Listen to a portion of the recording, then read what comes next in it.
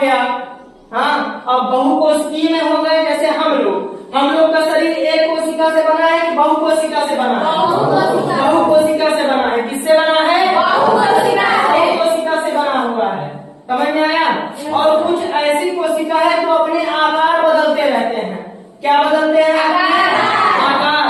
जैसे WBC हो गया, WBC में अमीबा हो गया, और WBC व्हाइट ब्लड सेल होता है। क्या होता है? व्हाइट ब्लड सेल हो गया। जैसे इसमें क्या है ना,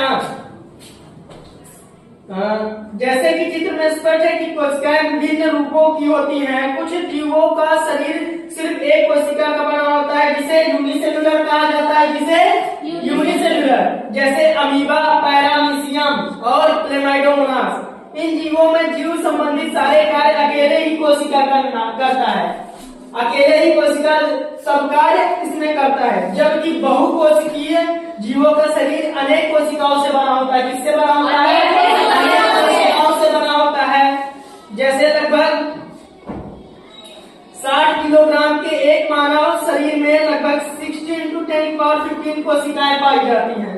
कोशिकाएं जीवों में विभिन्न कार्यों को सुचारू रूप से संपन्न कराते हैं। जैसे यूनिसेलुलर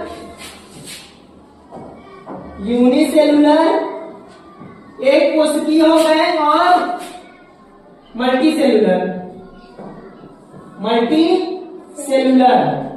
जैसे यूनिसेलुलर ऑर्गेनिज्म में एक ही सेल है, वो हर कार्य करता है, चाहे एक्सक्रीशन का हो, उत्सर्जन का हो, रिस्पायरेशन का हो, श्वसन का हो, या डाइजेशन का हो। जो पाचन तंत्र है वह सभी कार्य एक ही सेल करेगी। जबकि मल्टी सेलुलर में अलग होता है। सेल, ग्रुप ऑफ सेल को टिश्यू कहते हैं। ग्रुप ऑफ सेल को ऊतक कहते हैं। कोशिकाओं के समूह को ऊतक कहा जाता है। अब टिश्यू से बनता है ऑर्गन, टिश्यू से ऑर्गन बनता है, टिश्यू से ऑर्गन। तो ऑर्गन हम लोगों में अलग अलग ऑर्गन है। Digestive organ, excretory organ. तो हम लोग के सेल बॉडी में अलग अलग कार्य अलग अलग ऑर्गन करते हैं। जैसे डाइजेशन का काम डाइजेस्टिव ऑर्गन करता है, रिस्पायरेशन का काम रिस्पायरेटरी ऑर्गन करता है। ऐसा होता है ना। श्वसन क्रिया अलग ऑर्गन से होता है, पाचन क्रिया अलग के द्वारा होता है। यह किसकी विशेषता है? मल्टी सेलुलर की। किसकी विशेषता है?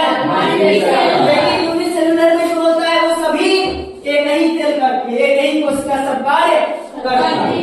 यहाँ तक किसी को कोई दिक्कत? हम लोगों में डिवीजन ऑफ लेबर होता है। जो मल्टी सेलुलर होता है उसमें डिवीजन ऑफ लेबर, इसका मतलब समझो। Division of labour